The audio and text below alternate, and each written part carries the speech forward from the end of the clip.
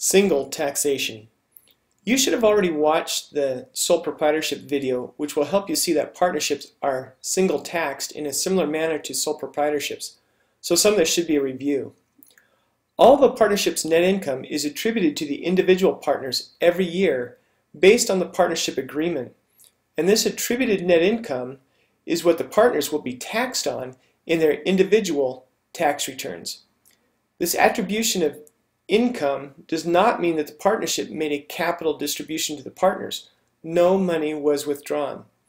It just means that the partners will receive a tax document indicating the amount of income attributed to them from the partnership so that they can report it and pay taxes on it in their personal tax return. Therefore, the income of partnerships is subject to single taxation, just like sole proprietorships.